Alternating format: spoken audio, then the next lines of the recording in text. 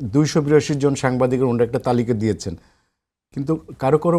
মতে যে সংখ্যাটা আরও বেশি হতে পারে, কেউ কারো কারো মতে সংখ্যাটা আরও কম হতে পারে, কিন্তু তাদের বক্তব্য হচ্ছে যে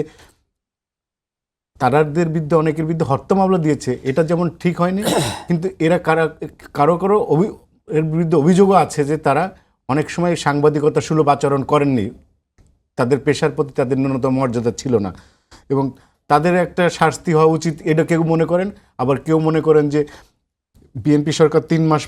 ক্ষমতা আসলে এর মধ্যে একজন সাংবাদিকেরও সেইভাবে জামিন হলো না, এটাও এক ধরনের প্রতিহিংসা চরিতার্থ করছে কিনা সরকার। আপনার কাছে কি মনে হয়? আমি মনে হয় যে এই ব্যাপারটাকে আমরা কেন প্রতিবার সরকারের দিকে ঠেলে দিচ্ছি? আমরা তো সবাই স্বাধীন বিচার ব্যবস্থা করার কথা বলি, তাই না? তাহলে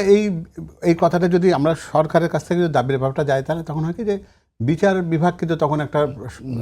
নিজেরাকে একটা সরকার অস্বস্তি পূর্ণ জায়গায় পৌঁছে যায়। তারা মনে করে যে তাহলে কি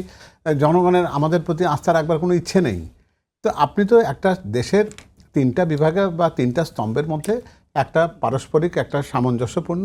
এমন একটা অবস্থা থাকবে যেন কেউ একটা পরিপূরক হিসেবে কাজ করে, কেউ কারোর উপর যেন খবরদারি করতে না পারে, কেউ কেন কারোর চাইতে বড় না হয়ে ওঠে। তো এখন যদি আপনি নির্বাহী বিভাগের কাছে যদি বিচার বিভাগের বিষয়গুলো নিয়ে যান, তাহলে বিচার বিভাগের শক্তিশালী করবো বলে যে আমরা যে এই সমস্ত সংস্কার, এত আন্দোলন, এত কথাবার্তা বললাম আমরা যে স্বাধীন বিচার ব্যবস্থা চাই, তাহলে সেটির প্রতি তো আমি কটাক্ষ করছি, সেটির প্রতি আমার আস্থাটা থাকছে না। আমার মনে হয় যে কথাটি একেবারে প্রথমেই হওয়া উচিত ছিল, তারা মাননীয় প্রধানমন্ত্রীর সঙ্গে দেখা করতে গেছেন, তারা একটা কথা বলতে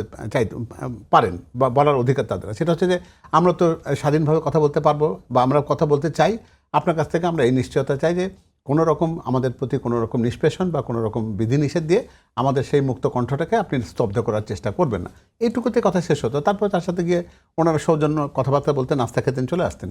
কিন্তু এর মধ্যে যেমন মনে হচ্ছে দাবি দেওয়ার বিষয়গুলো এর মধ্যে সংযুক্ত করার, এটি এবং সেটি নির্বাহী প্রধানের কাছে যদি এই দাবিটা যদি বিচার বিভাগের দাবি যদি নিয়ে যান আপনি, তাহলে কিন্তু এটা আমার মনে হয় যে আমরা সেই পুরনো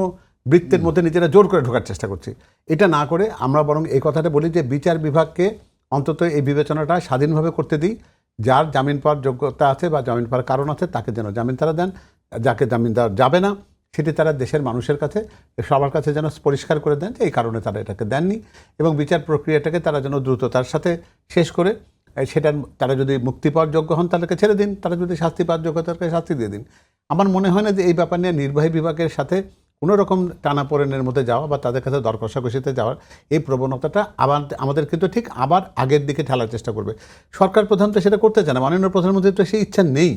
উনি তো এটা করতে চান না, কিন্তু আমরা কেন তাকে জোর করে ওই কাজের দায়িত্বপ্রাপ্ত বলে প্রমাণ করার চেষ্টা করছি?